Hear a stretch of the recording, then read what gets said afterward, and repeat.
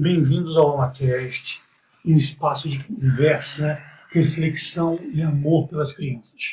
Hoje, logo de cara, eu peço desculpas, minha voz está horrível, mas eu não quis cancelar a gravação para não prejudicar todo mundo envolvido. Sou o professor Carlos André, físico, pai e apresentador deste podcast. Antes de começar, é importante esclarecer que nosso objetivo não é impor verdades absolutas. Estamos aqui para dar voz aos que são frequentemente silenciados e humilhados pelo poder público. É fundamental ressaltar que estamos sempre abertos a ouvir todas as partes envolvidas. Inclusive, hoje, esse programa é um direito de resposta de alguém que foi citado no episódio 2 e solicitou esse direito para esclarecer a sua versão dos fatos. É crucial entender que, embora muitas vezes bem intencionados, agentes públicos podem errar. No entanto, nossa maior preocupação são aqueles que intencionalmente ignoram as leis. Deixa logo sua curtida, compartilhe esse episódio e siga o nosso Instagram, @AmaCastPod, para fortalecer a nossa luta. Hoje recebemos Alexson Menezes, mencionado no nosso segundo episódio. Ele nos procurou para exercer o seu direito de resposta, buscando esclarecer a sua versão e responder às questões levantadas. Alex, obrigado pela sua presença. Obrigado de nada, boa noite. Boa noite. O episódio 2, sobre o qual você vai exercer o seu direito de resposta, foi ao ar há 3 meses. Você consegue nos dar mais ou menos uma ideia de quando essa entrevista chegou até você e qual foi a sua primeira reação? Olha, é porque eu não tenho muito acesso a redes sociais, entendeu? Eu deixei muito de ter acesso a Instagram, YouTube. Então, foi uma pessoa que simplesmente chegou pra mim e falou, disse, você tá sabendo do que você tá sendo falado, você tá sendo mencionado na internet? Eu disse, não. Aí quando essa pessoa me mostrou, e as acusações que a pessoa estava fazendo por mim, assim, não é ironia. Eu até achei engraçado, entendeu? Achei uma coisa engraçada que na hora eu nem acreditei, a ficha não caiu. Aí eu disse, não, eu vou assistir pra ver realmente o que é que tá acontecendo, porque já há quase 9, 8 anos que essa pessoa que fez isso vem tentando me prejudicar de várias formas, entendeu? E eu sempre com provas, com verdades, venho mostrando e desmentindo todas as mentiras dessa pessoa. Mas se lembra mais ou menos há quanto tempo você teve acesso? Eu tô com mais ou menos. Foi quando entrei em contato com vocês, fazia uns 5 dias. Umas 2, 3 semanas, mais ou menos. Isso mesmo. Beleza. Então, só para deixar claro para quem está acompanhando, o programa original foi gravado há 3 meses, mais ou menos há 2, 3 semanas o Alex soube desse programa, entrou em contato conosco e a gente, como a gente sempre fala aqui, naturalmente se predispôs a gravar o programa de hoje como esse direito de resposta. Não foi uma obrigação judicial. Eu vou chamar nosso convidado de sempre, que talvez hoje aí, se faltar voz, vai ter que assumir os 2 papéis ao longo do programa, nosso grande advogado Evandro. Bem-vindo, Evandro. Boa noite, professor. Boa noite, Alex. Boa noite. E a gente reforça aqui que não existe nenhuma ordem judicial para que a gente desse esse direito de resposta. Nós somos procurados e, como somos democráticos, nós escutamos o Alexson e demos a ele a oportunidade de dizer e desdizer aquilo que foi dito contra ele.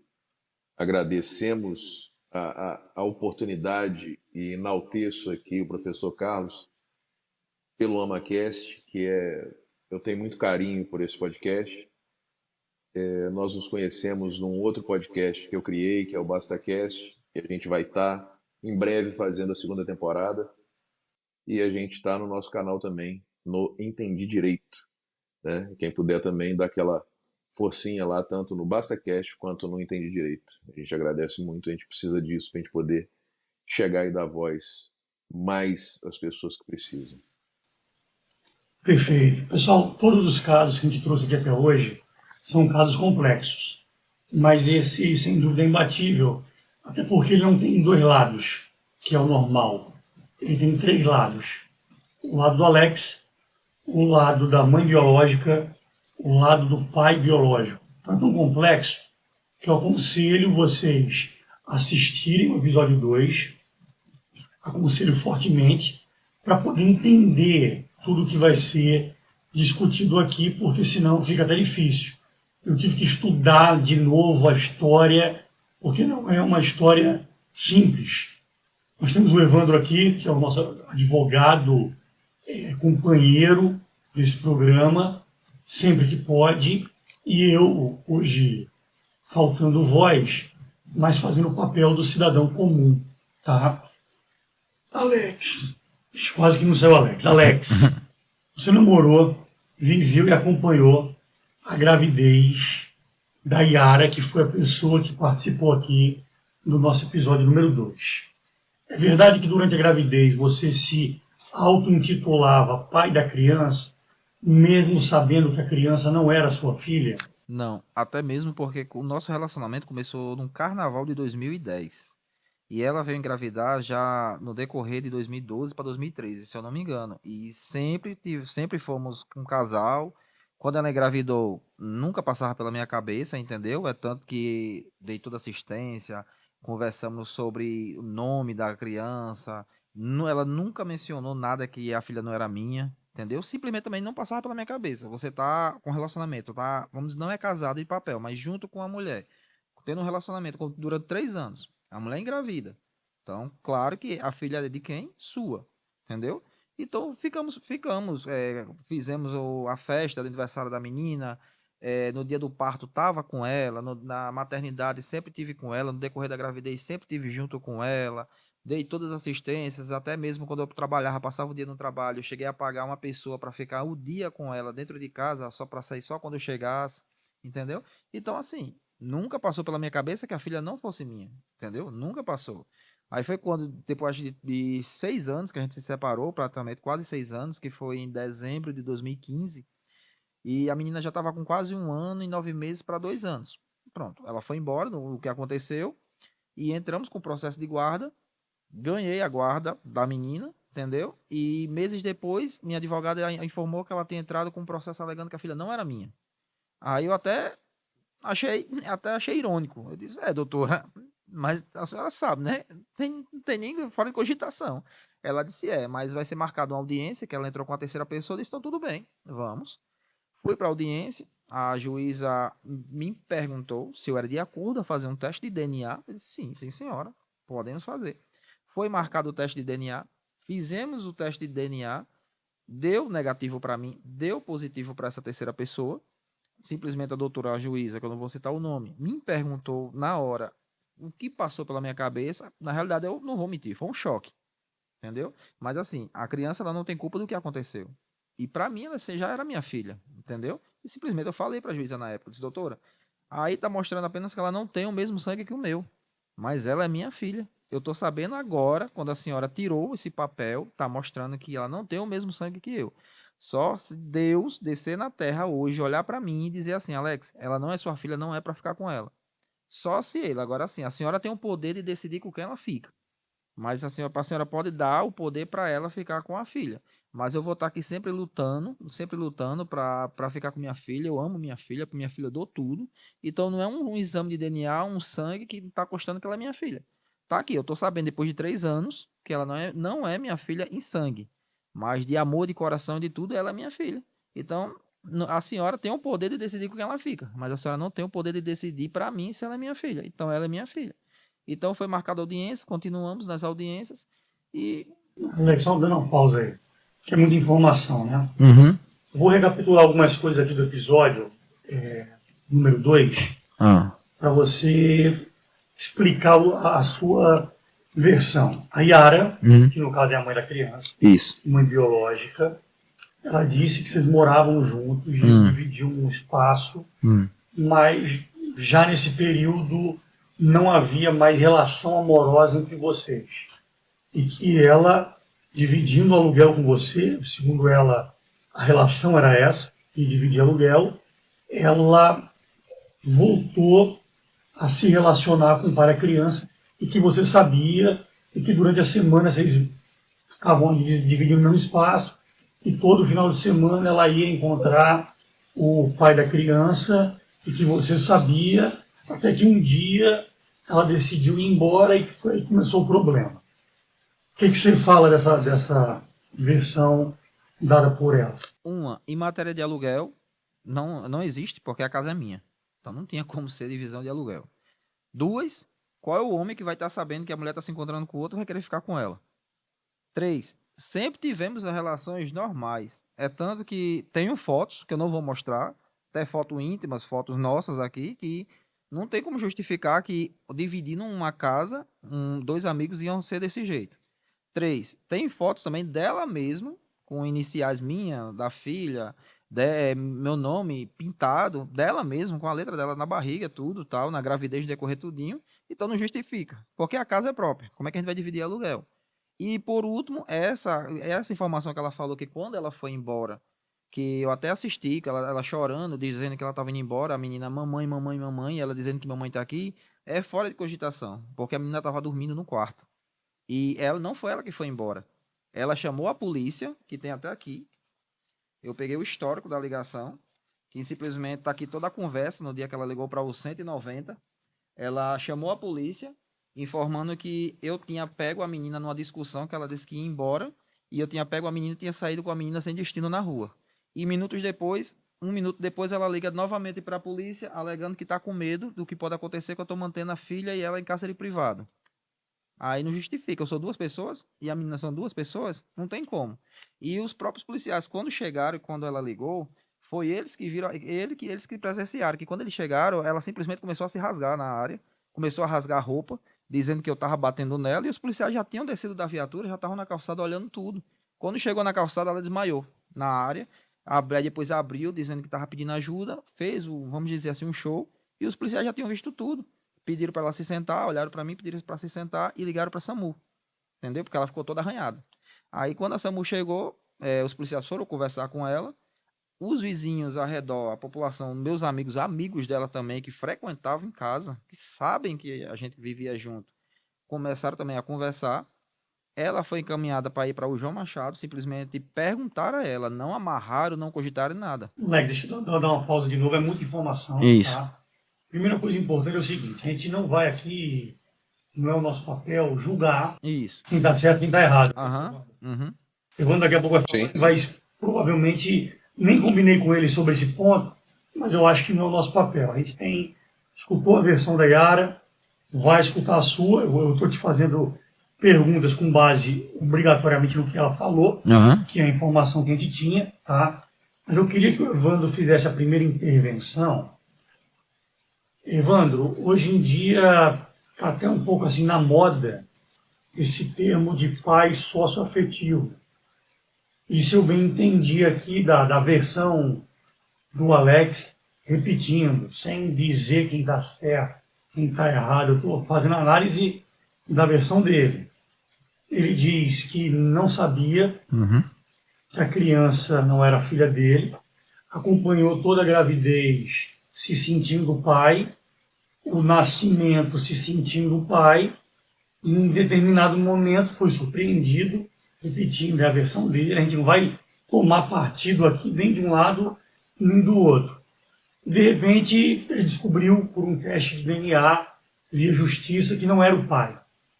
Mas ele se sente o pai. Que, como eu falei, está até bastante em debate esse detalhe de pai socioafetivo, inclusive mães cuja criança tem marido, tem pai biológico, a mãe pedindo pensão para pai socioafetivo, etc. Queria que você desse uma geral para a gente sobre isso, Evandro. Carlos, a responsabilidade de alimentar é do pai. Agora, quem é o pai? O pai é aquele que está presente ou é aquele que está no sangue?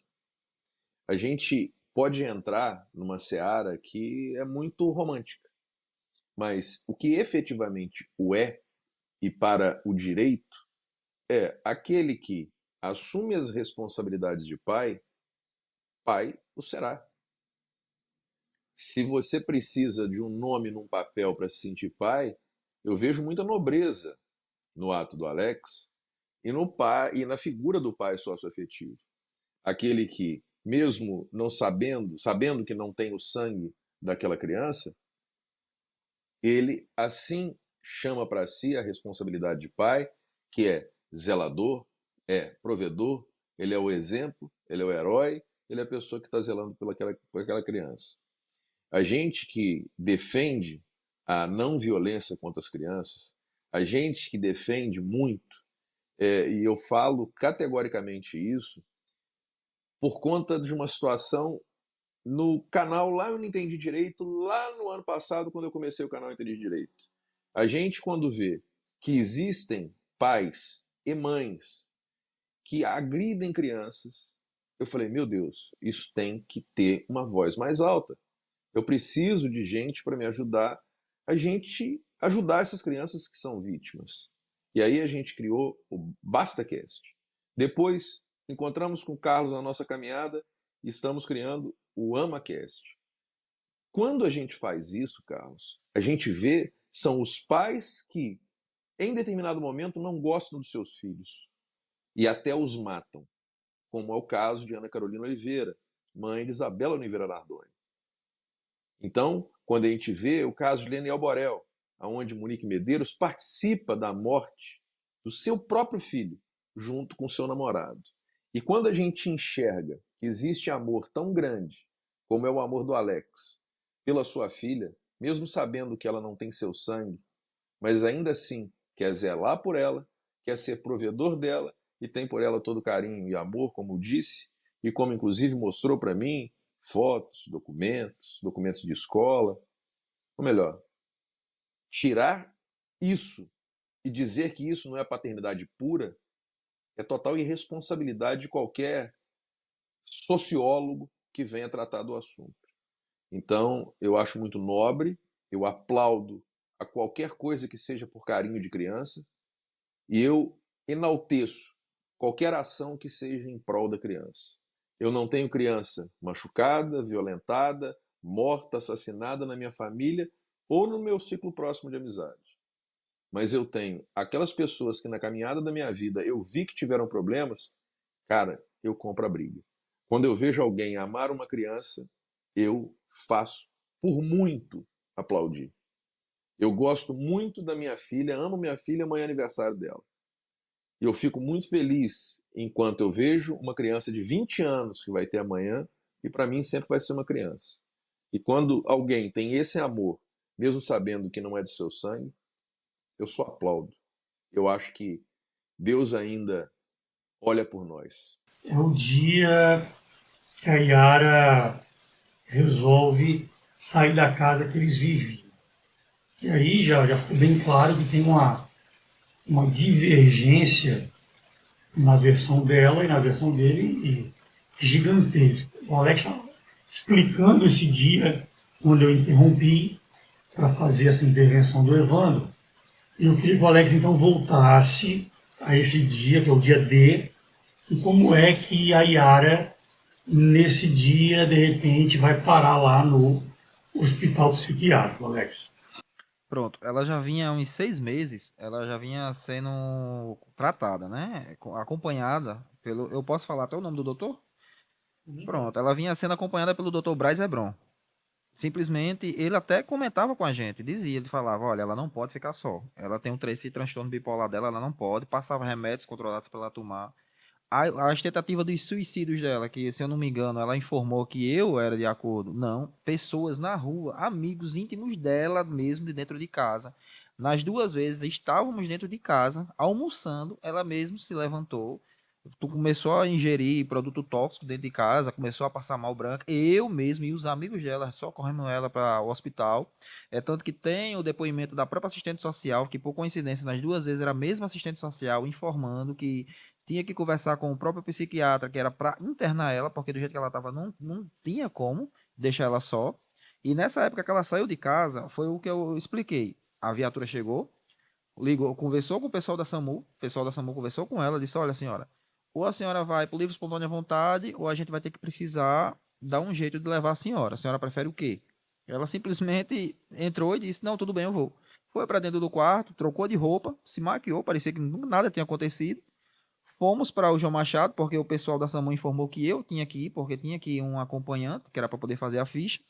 Cheguei no hospital, fiz a ficha, entrei para conversar com o médico de plantão, informei o que estava acontecendo, ele pediu para me aguardar, ela entrou, conversou com ele e simplesmente eu entrei de volta e ele informou, ele disse, olha, sua esposa vai ficar aqui em observação uns 2, 3 dias, porque eu estou percebendo que ela tem um transtorno bipolar e está alterado, então vamos deixar ela aqui 2 dias aqui ou 3 em observação. Eu disse, tudo bem. Já foram chamando os enfermeiros, já levaram ela, vim para casa. No outro dia de manhã fui, levei material de higiene, limpeza, produtos pessoais para ela. E no terceiro dia que ela já estava lá, a irmã dela liga para mim. Ô Alex, Yara disse que não volta mais para casa. O que ela tiver de dentro da sua casa, dela, ela quer que eu deixe tudo na minha casa. Eu disse, não, tudo bem. Tá em casa você? Tô. Eu digo, então tudo bem, vou levar. Peguei um carro de um frete, um caminhão, até o que não era dela, era meu. Mandei tudo. Quando chego na casa da irmã dela, a irmã dela simplesmente olha pra minha cara e faz: Isso aqui é o quê? Eu disse: Não, você não ligou, você não tava com ela, pediu pra trazer todas as coisas dela pra cá, tá aqui. Eu só não vou voltar mais com as coisas, porque você pediu pra trazer. Então tá aqui. Deixei tudo, fui embora pra casa. Aí ela liga. Aí eu perguntei também, eu disse: Sim, sobre Radassa, como é que vai ficar? Aí ela simplesmente falou. Ela disse: Não, ela falou que depois entre em contato com você para saber sobre Radassa. Disso aí não entrou mais em contato. Foi quando eu procurei minha advogada, eu disse, doutora, eu quero entrar com processo de guarda. Aí minha advogada, fizemos, né, a FI, o contrato, tudo direitinho, e minha advogada simplesmente informou que tinha já um pedido, por volta de quase um mês e meio atrás, dela pedindo a guarda da menina. Entendeu? Ou seja, há um mês e meio atrás, mais ou menos, de a gente se separar, ela já vinha pedindo a guarda da menina que eu não entendi nada. Eu fiquei até sem entender. Eu disse, não, tudo bem, doutora, vamos. Mas, Rony, só entender detalhes aí. Você foi falar com a advogada, a Yara internada ainda. Isso. Não, No não, hospital não, não. psiquiátrico. Não, não. Eu fui conversar com a advogada depois que a Yara já tinha saído. Ah. Ela passou 3, 4 dias, se eu não me engano, no hospital.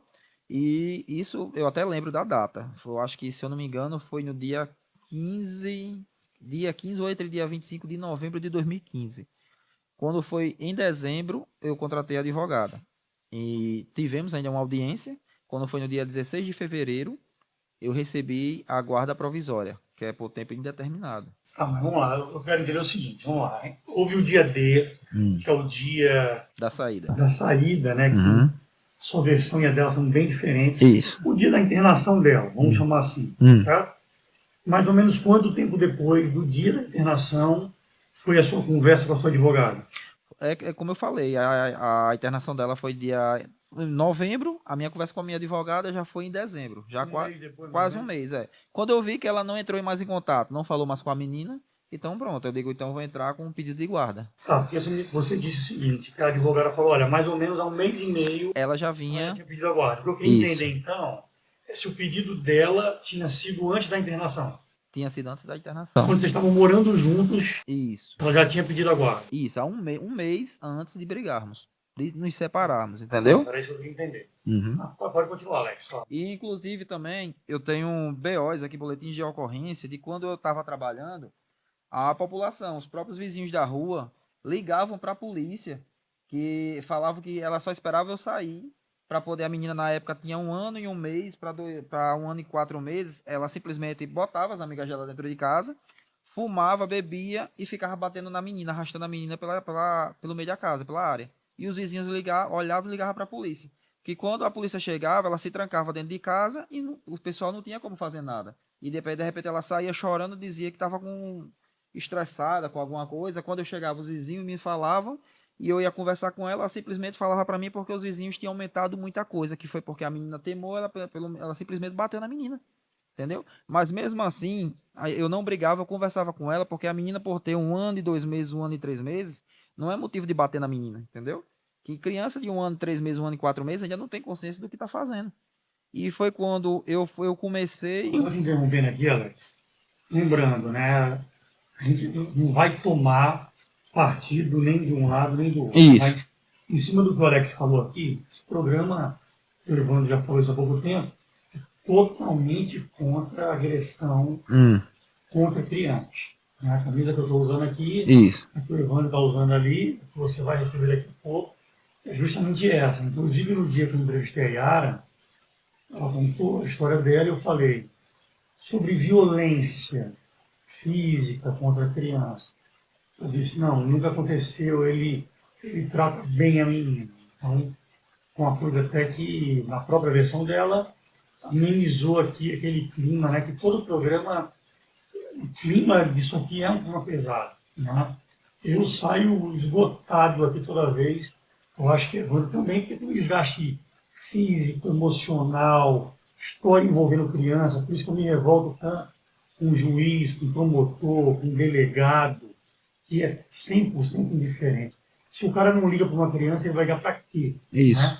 Então, independentemente da idade, 1 ano, 5 anos, 10, Uhum. 12, criança não é para ser agredida. Então, estava dizendo, na sua versão, que os próprios vizinhos chegaram a denunciar ela, Isso. porque vocês moravam juntos ainda por agressão contra a menina. Isso. Como eu até falei com o doutor Então, Evandro. você tem o documento aí. Tem um boletim de ocorrência e tudo, entendeu?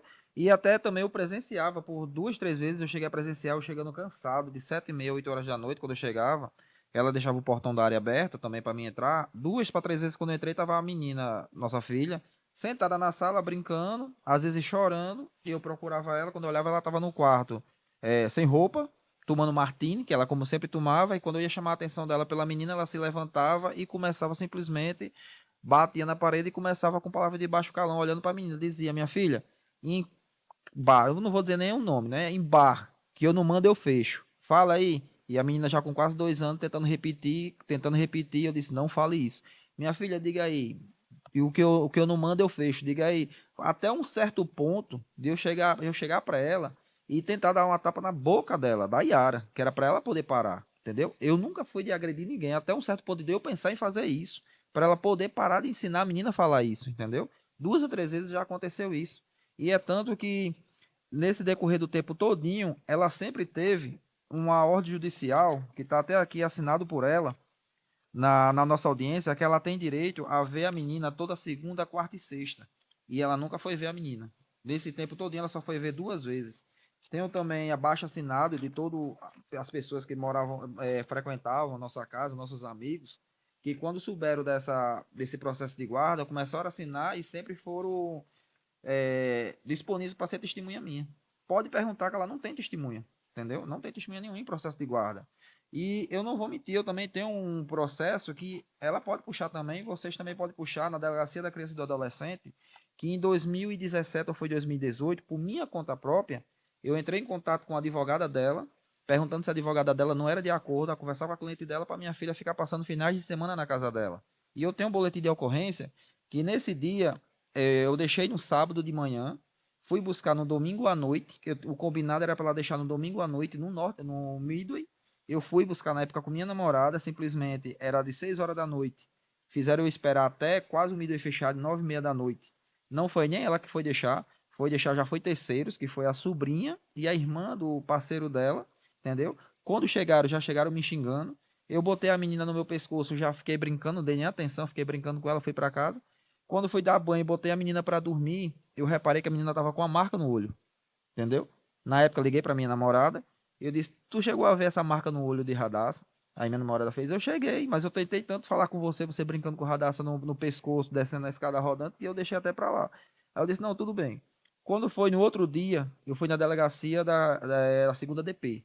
Cheguei lá e disse: "Olha, a minha filha, eu não quero acusar ninguém. Eu só tô aqui querendo fazer um boletim de ocorrência porque no sábado eu deixei minha filha passar o final de semana com a mãe dela, sem hematoma nenhum. E hoje, e no domingo, ontem, quando eu fui buscar minha filha, ela tava com esse hematoma no rosto. Então eu quero assim, fazer um boletim de ocorrência para fazer um exame de corpo de delito, só isso. Porque como eu sou o responsável legal por minha filha, tudo que acontecer com minha filha vai cair em cima de mim, entendeu? Fui fazer o boletim, fiz o boletim de ocorrência e fui para o ITEP. Quando eu cheguei no ITEP, que a assistente social olhou, ela foi conversar comigo. E simplesmente a própria menina olhou para a assistente social, na época a Radassa estava com 7, 8 anos, e disse assim: "Pai, por que o senhor não fala que quem deu essa tapa aqui foi minha mãe?" Eu olhei para a assistente social, eu digo: "A senhora ouviu falando alguma coisa aqui?" A assistente social fez, não, eu posso conversar com ela? Ele, pode. Levou minha filha para dentro da sala, chamou a psicóloga também, foram conversar com minha filha na sala. Depois dessa conversa, conversaram comigo perguntando se eu não poderia ficar levando minha filha para ser acompanhada no ITEP por algumas sessões. Deixei. Depois de 4 ou foi 5 entrevistas que eu não lembro, ela simplesmente me chamaram e disseram assim, olha, já temos o laudo, vamos encaminhar o laudo para a delegacia especializada da criança e do adolescente. Agora o senhor só pode ter acesso se o senhor falar com sua advogada, só quem pode tirar lá é sua advogada. Fui.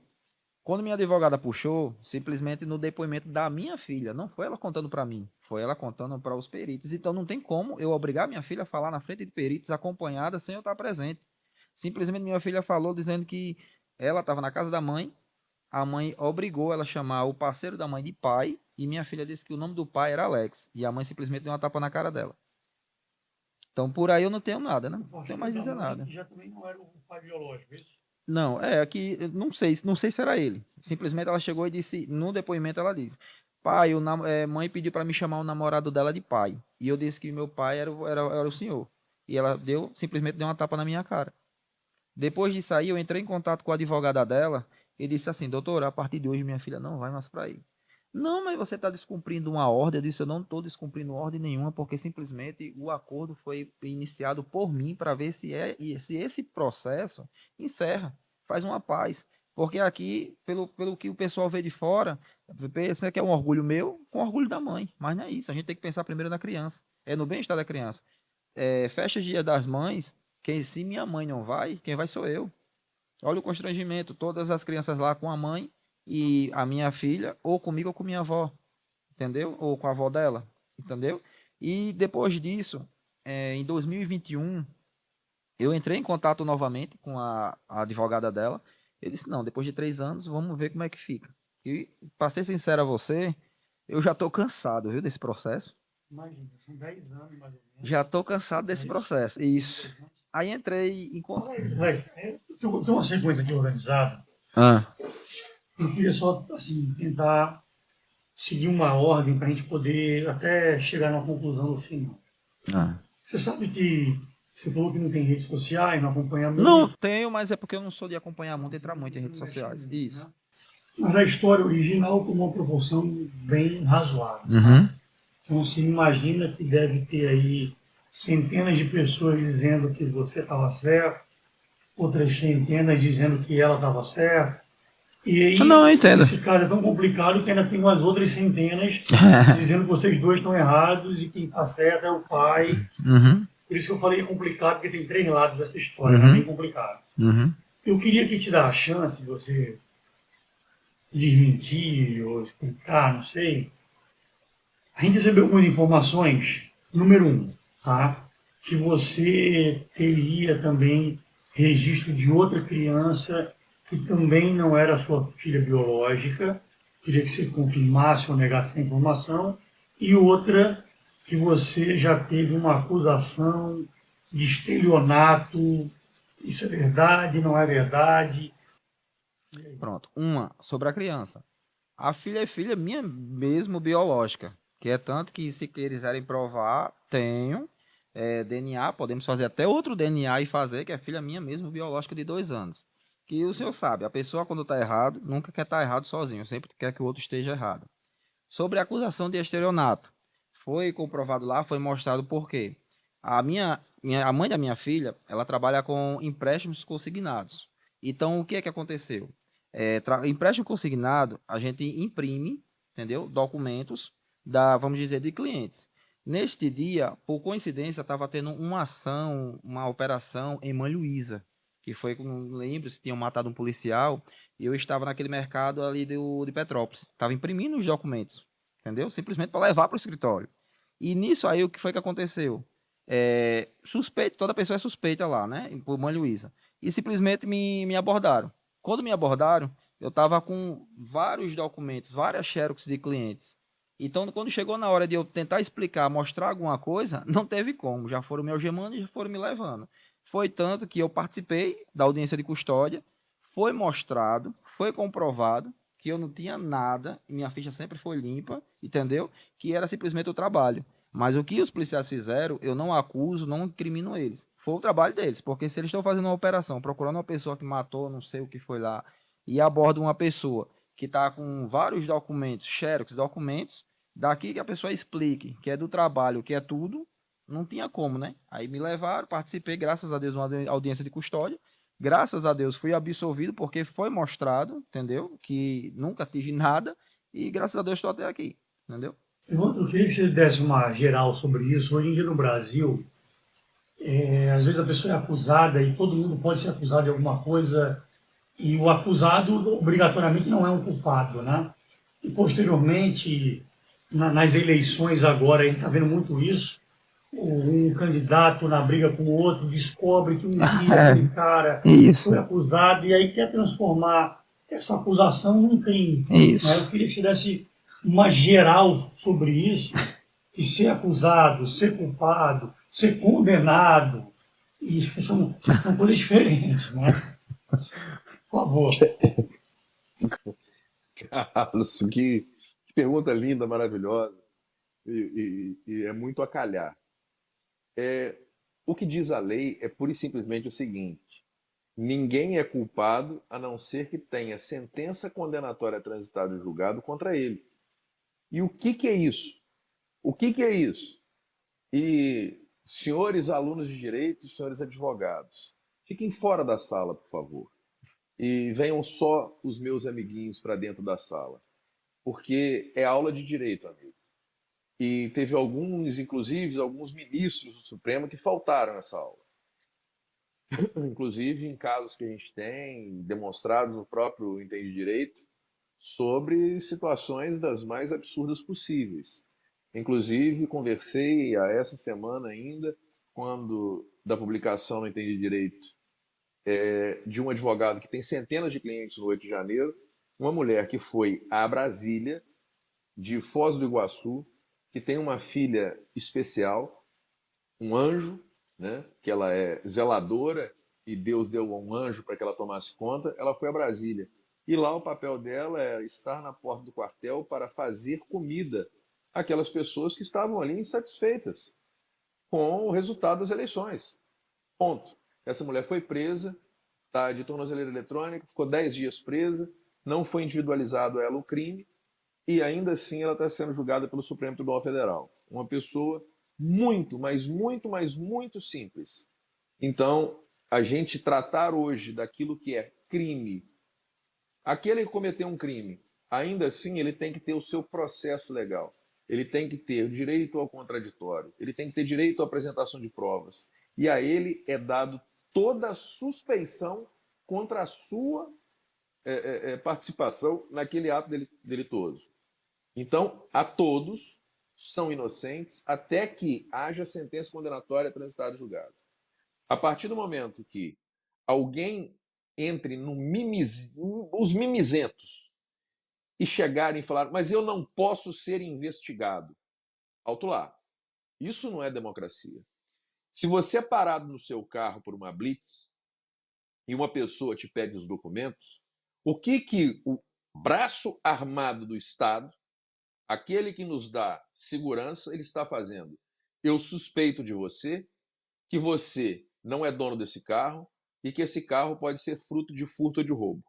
Então eu preciso dos documentos do seu carro e preciso dos seus documentos para ver de quem é esse carro que você está andando. E se por conta disso alguém chegar, eu não vou dar o documento, eu não vou falar com você, e o policial chega, então nós vamos à delegacia para que lá pegue o número do chassi do carro e que você seja identificado pela Secretaria de Segurança Pública daquele estado e ali seja identificada a pessoa. Pois bem, nós temos que, a qualquer momento que qualquer pessoa seja investigada, ela pode ser processada e, ao final, ser inocentada. Não existe pré-julgamento em regime democrático de direito. E só existe regime democrático, já que vem o nome direito, se houver direito. A partir do momento que não tenhamos direito, não temos um Estado democrático. Nós passamos numa crise institucional no país das mais graves. E muito se fala, mas ela é muito silenciosa. E ela é silenciosa porque temos medo hoje. Nós passamos por crise institucional absurda, aonde as leis que temos no Brasil, elas são usadas pelos juízes da mais alta corte a fazerem o que querem. E não é isso que é o direito, meus caros alunos, meus queridos alunos que estão na sala sentados. Isso não é direito. O direito ele é feito pelos nossos deputados federais e nossos senadores. Eles sim legislam. Eles são a voz do povo e a voz do povo ela tem que ser percebida pelos seus deputados e senadores, são seus representantes legais. Eles têm procuração para fazer por nós aquilo que queremos. E assim deve ser o Estado. Num regime democrático como temos no Brasil, nós temos essa crise exatamente que alguém que seja simples e tenha por ele qualquer tipo de processo, essa pessoa vai ser condenada pela sociedade. Muitos são condenados por juízes sem ter dado a eles o devido processo legal. E aonde começa errado, a direito é chamado de nasce morto. Por quê? Todos os atos postergados e praticados após esse ato, eles são nulos de pleno direito. Eles não geram nada para o mundo jurídico, mas ainda assim geram papel. Então, muito cuidado àqueles que condenam pessoas que efetivamente não são condenadas e descondenam pessoas que efetivamente são condenadas. Eu peço, só para exemplificar, Carlos, mesmo saindo um pouco da seara, mas eu acho muito importante, em matéria de direito, entendermos isso. Que hoje, no Brasil polarizado que temos hoje, nós queremos descondenar uma pessoa e condenar uma outra, sendo que uma pessoa que queremos descondenar, ela foi condenada por todas as instâncias, passado por todos os tipos de recursos, dos mais absurdos e caros do mundo. E outra, que sequer foi julgada, essa pessoa ser condenada. Então, muito cuidado com o direito que está sendo praticado hoje no Brasil, porque isso sim é um ato atentatório ao Estado Democrático de Direito. É quando perdemos o direito. Perfeito. Então, resumindo, tem um caso aqui bastante complexo, tem duas versões que são muito diferentes uma da outra, tem pouquíssima interseção, ou talvez nenhuma.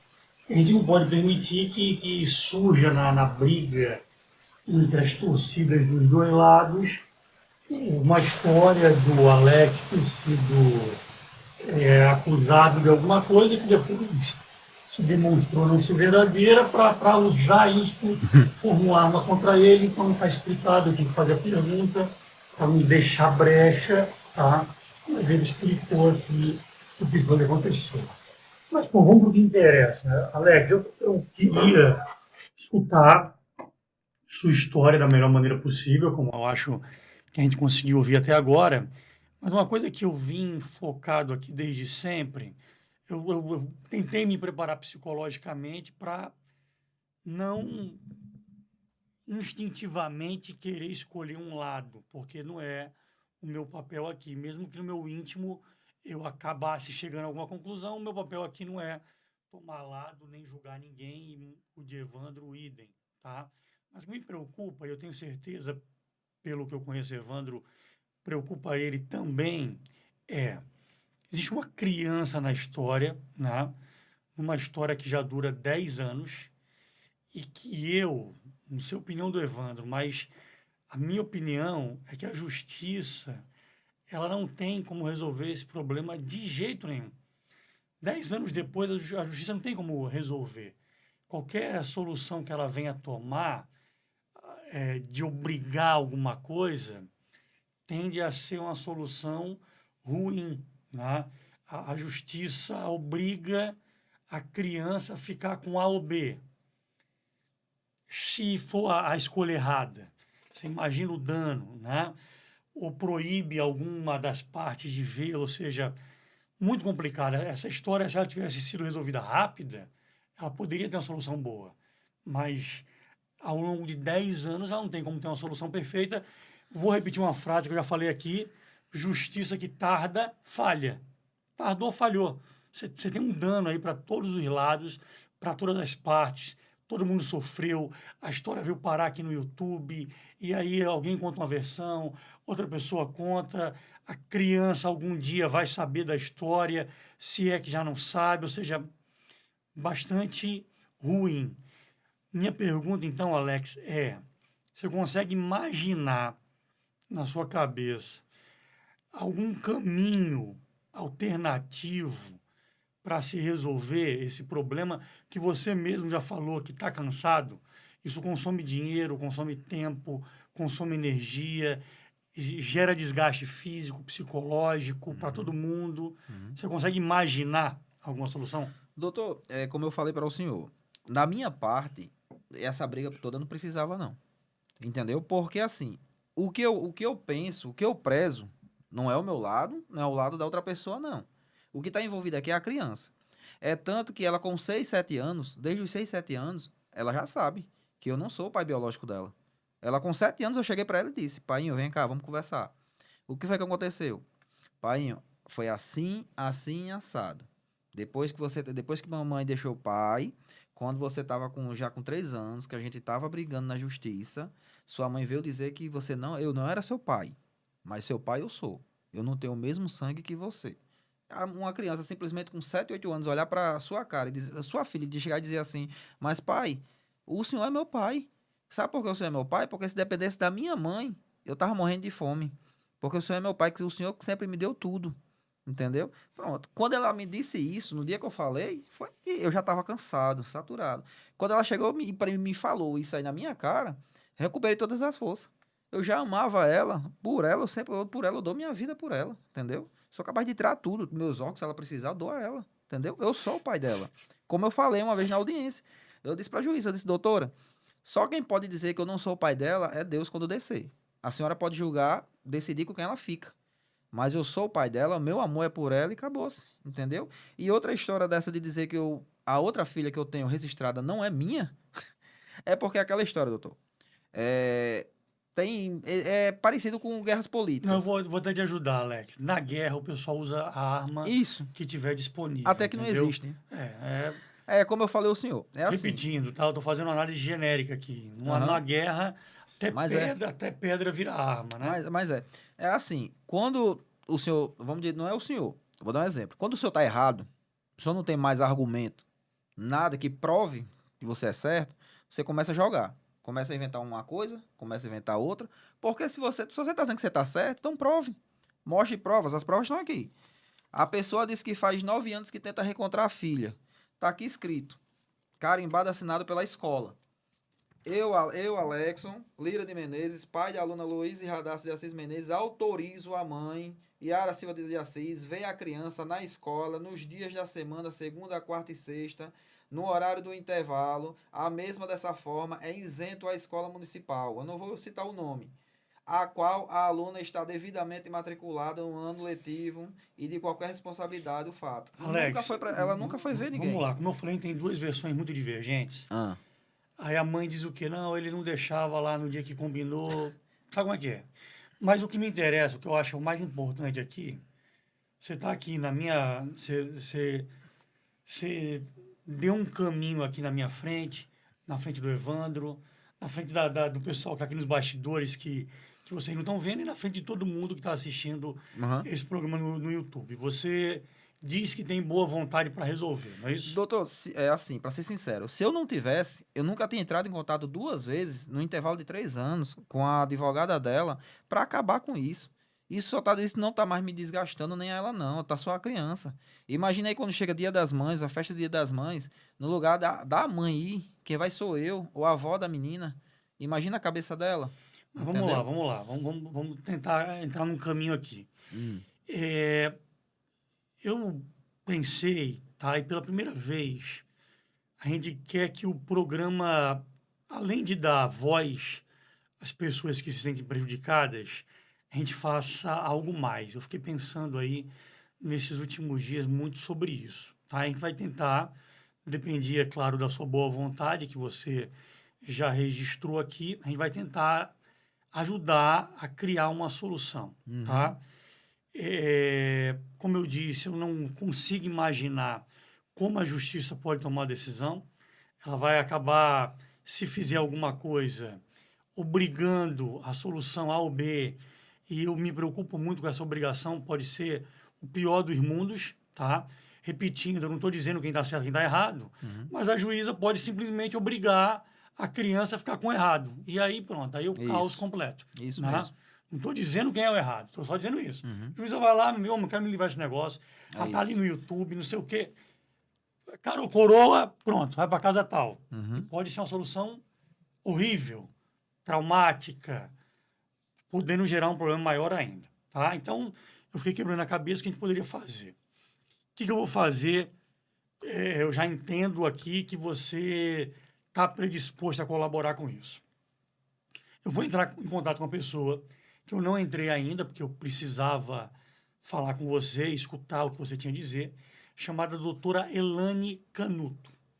Ela é uma renomada especialista em mediação extrajudicial a nível nacional, aqui no estado do Rio Grande do Norte, que é onde a gente está gravando, é o maior nome do estado, tá?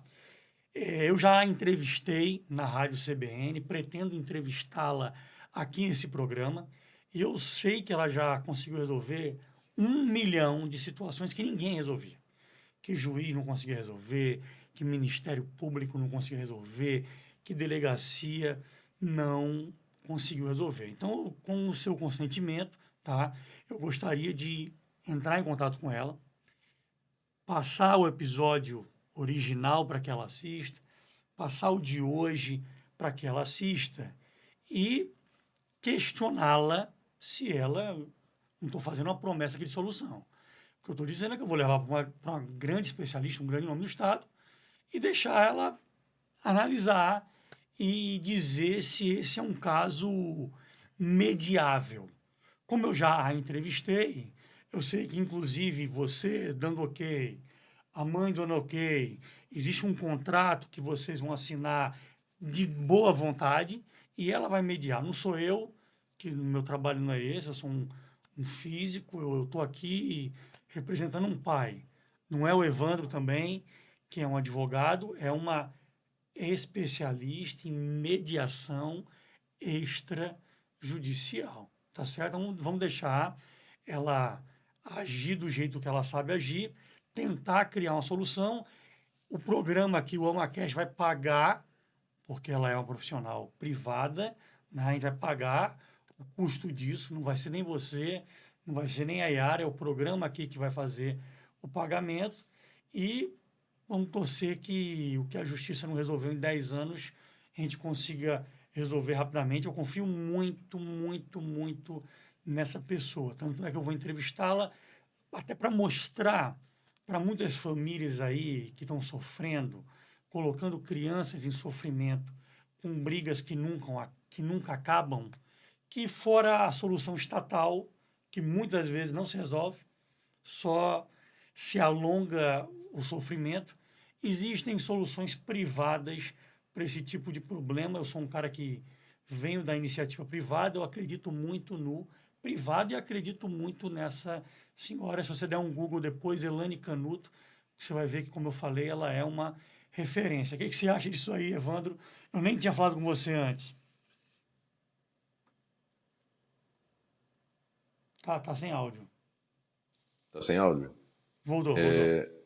Voltou? Então, eu fico muito feliz quando da colocação da mediação extrajudicial, porque lá muitos e muitos e muitos anos atrás, quando houve a lei de mediação e arbitragem, alguns tribunais arbitrais foram constituídos no Brasil. Aqueles que mais têm relevância são aqueles de situações empresariais, aonde não existe a pessoalidade. Então estamos falando de empresas, estamos falando de negócios, então é uma coisa mais fácil se mediar, porque a justiça se torna muito cara e, além de ser cara, muito morosa. Isso para negócio. Agora, quando a gente traz, e você traz o nome de pessoa tão renomada como temos e conheço, ela pessoalmente não, mas conheço o trabalho que ela faz, eu acho isso extremamente nobre e, mais uma vez, parabenizo. É uma vanguarda que você está colocando dentro do AmaCast. Eu enalteço muito a sua iniciativa, porque eu acho isso sensacional. E tribunais arbitrais que foram extintos no Brasil inteiro, que tomem esse exemplo que o professor Carlos André colocou, e aqueles E essas pessoas que fazem a mediação são intervenientes que também são advogados, que são especialistas em determinadas áreas. No caso empresarial, são chamados administradores de empresas, economistas, ou aquilo que você está tendo tratado, ou vendido, ou comercializado, ou fusão, aquisição de empresa. Isso é muito bem feito. Agora, na situação de tratamento de caso de família, a gente vai ter um absurdo, uma enxurrada de casos resolvidos aonde o bem maior para todo mundo é a criança, cara. Carlos, cada dia mais eu sou seu fã, pra caramba. E eu tenho a gratidão de poder chamá-lo de meu amigo e meu irmão, desde a infância, do dia que nós nos conhecemos. E Carlos, cara, tomara Deus que essa iniciativa, junto com o Alex e com esse caso, que é tão divergente que eu acho que a convergência dele é muito maior. E um conceito que eu dava em justiça sempre nas minhas aulas, nas faculdades por onde eu passei e dei aula, eu dava um conceito muito legal sobre o que é justiça. Que justiça é o ato de insatisfazer as duas partes para que ambas saiam satisfeitas ao mínimo possível. A partir do momento que uma sai satisfeita, a injustiça foi cometida. Mas o bem maior dessa situação desagradável, a gente tem que pensar que é o bem-estar psicológico, moral, intelectual, financeiro, sim, dessa criança. Para que ela possa crescer, desenvolver, ser cidadã e entender o que é amor, o que é propriedade, o que é sucesso, o que é prosperidade e aquilo que eu quero ser na vida. Não ser beligerante, porque senão a gente vai perder uma alma para o crime. Perfeito. Eu queria dizer que eu aprendo muito com você todo dia, perturbo tirando dúvida e vou melhorando aí nesse mundo que não é o meu mundo, né? Meu mundo é o mundo dos números, da física, dos fenômenos da natureza. Mas esse caso é um caso que mexeu muito comigo. A criança já não é tão criança, de tão longo que o processo foi, né? Você imagina a quantidade de danos que essa criança teve ao longo desse tempo no emocional, no mental dela. Como ela já é maiorzinha, dá até mais segurança para esse tipo de movimento. E a gente vai ter uma profissional qualificadíssima para monitorar. Então, por exemplo, eu falei com o Alex aqui. O Alex, vocês viram que naturalmente ele se predispôs a encontrar uma solução naturalmente. Ninguém precisou convencer ele, não foi E além obrigado, disso, ele naturalmente se predispôs. Se e posteriormente ele além entrar em disso, contato com a Carlos, mãe, sim, mas só um instantinho que eu quero só intervir também. Na parte jurídica dessa conciliação extrajudicial, eu coloco meus préstimos aqui e eu estou à disposição, perfeito, tanto perfeito, dele quanto dela, e muito mais em favor da criança. Eu estou à disposição e participarei sem ônus. perfeito. Então, nas próximas horas eu vou ligar para a mãe, tá certo? E vamos supor que a mãe dissesse, ah, eu não quero. Aí a gente já, aí obrigatoriamente eu vou ter que tomar um lado, porque eu acho que o melhor é resolver. O melhor é paz na vida, principalmente da criança. Tudo Isso. bem? Então o Alex disse, ok, tô dentro. Vou falar com a mãe. Desculpa interromper. Até porque mesmo no começo desse processo, eu nunca pensei do meu lado. Eu sempre pensei no lado da minha filha, entendeu? Porque por que pareça, eu dou tudo a ela, dou tudo, mas a criança precisa do amor da mãe, entendeu? Agora sim, é como eu falo. Uma pessoa sentar aqui, vestir uma camisa, não a violência infantil, agredir a própria filha, obrigando a filha a chamar outra pessoa de pai, por a filha não chamar, uma criança não chamar, agredir a filha, a própria filha. E chegou também um lado também que eu não cheguei a falar também para os senhores, que dessa última vez também que eu, por conta própria, conversei com a advogada dela, para ela ficar aí no final de semana, eu não cheguei para conversar que minha filha simplesmente por conta própria também chegou para mim e disse: "Pai, eu não quero mais ir para casa dela". Por quê? Porque quando eu chego lá, na época minha filha tava com o quê? 8 anos ainda, né? Porque quando eu chego lá, ela simplesmente me deixa sozinha dentro de casa com minha irmã, que na época a irmã tinha 2 anos. E eu digo, como é que é? E pra onde é que você vai? Pra onde é que ela vai? Não, ela disse que vai fazer o almoço, porque ela vende almoço com tia Beta, que é uma amiga dela. E ela me deixa sozinha com minha irmã. E nesse dia que eu fui pegar meu comer que ela deixou no fogão, o meu prato caiu porque minha irmã estava perto de mim e quase que me cortou e cortou minha irmã. Minha irmã ficou assustada. Foi quando eu pensei, eu disse, como é que é? Eu conversei para ela passar o final de semana com a filha. Ela deixa a filha com a outra pequena dentro de casa, que eu não estudei direito, mas pelo que eu sei, isso é abandono de capaz. Correndo o risco de qualquer coisa acontecer.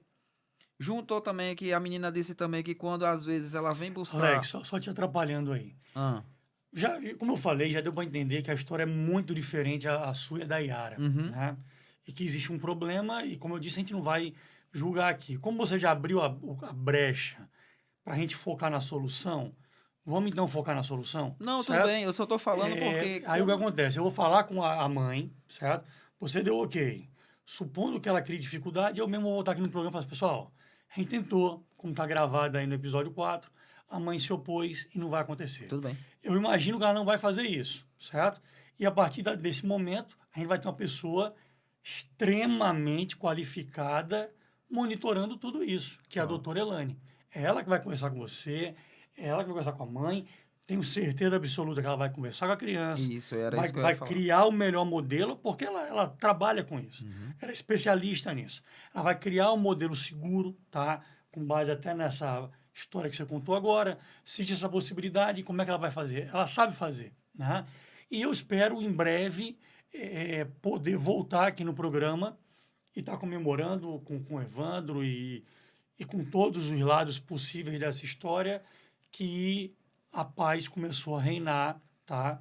E que a gente vai, dentro do possível, fazer essa criança ter a melhor vida, porque se para o adulto é desgastante estar numa guerra de 10 anos, Isso. você imagina para a criança o dano que isso produz, concorda? Concordo muito. Entendeu? Então, eu queria escutar aqui o que você acha dessa solução, qual era a sua expectativa com esse direito de resposta e se você acha que a gente pode encaminhar bem se tudo isso vier a dar certo. Não, doutor Carlos, como eu falei, por minha parte, eu sempre pensei em acordo. Entendeu? Minha parte sempre foi em acordo, porque eu nunca pensei pro meu lado, não. Eu sempre pensei do lado da minha filha.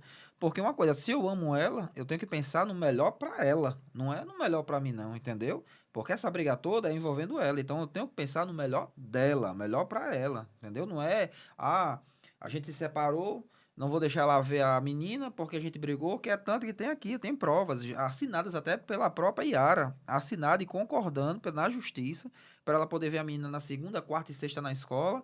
Isso que ela nunca foi em nenhuma das 3 escolas. Ela alega que eu proíbo. Como é que eu vou proibir uma ordem judicial? Entendeu? E outra, ela ama tanto a filha, por que que nesses últimos 9 anos ela nunca mandou nenhum pedaço de bolo para a menina? Ela tem o WhatsApp da menina. Ela sabe onde eu moro com a menina. Sabe onde a menina estuda. Ela tem o poder na mão da justiça de poder ver a menina toda segunda e quarta e sexta, mesmo que eu quisesse proibir. Entendeu? Então, é uma coisa fora de cogitação. Até eu mesmo fico sem entender. Que amor é esse, entendeu? Ok, pessoal, vamos caminhar para essa solução extrajudicial. Eu vou manter todos vocês informados do passo a passo. Quando eu falar com a mãe amanhã, eu vou botar lá no Instagram, @amacashpod. Pessoal, conversei com a mãe deu ok, ou então a mãe negou. Na sequência, ligo para a doutora Elane Canuto. Vou fazer a postagem de como foi a minha conversa. Tenho certeza que ela vai se predispor a ajudar. Tem uma coisa que ela me falou na entrevista que eu fiz com ela, que eu nunca esqueci, que é o que o Evandro conheço esse cara e sei que ele vive e se alimenta disso. Que ela falou assim, professor, o mais importante para mim é o salário emocional. É mais até do que o pagamento financeiro. Quando eu resolvo, quando eu vejo todo mundo bem, quando eu vejo a criança bem, leve, tranquila, isso me dá um retorno muito maior que dinheiro não consegue dar. Então, eu escutando ela falar e vendo o olho dela brilhar, você vê que é uma pessoa diferenciada e ela com certeza tem condições de resolver e sabe resolver esse problema. Então acompanhem todo o passo a passo lá no Instagram, AmaCastPod. Eu vou botar todo o passo a passo de tudo que for acontecendo, até que a gente possa voltar aqui, gravar um novo programa e dar geral para vocês sobre o que aconteceu. Queria pedir que todo mundo botasse o comentário aí, suas impressões dessa história.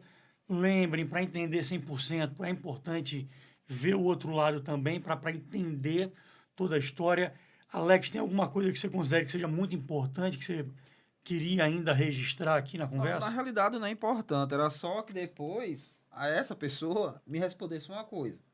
Ela, no depoimento dela que eu vi, ela falou que eu me aproveitei da fraqueza dela por ela ser mãe de primeira viagem, se eu não me engano.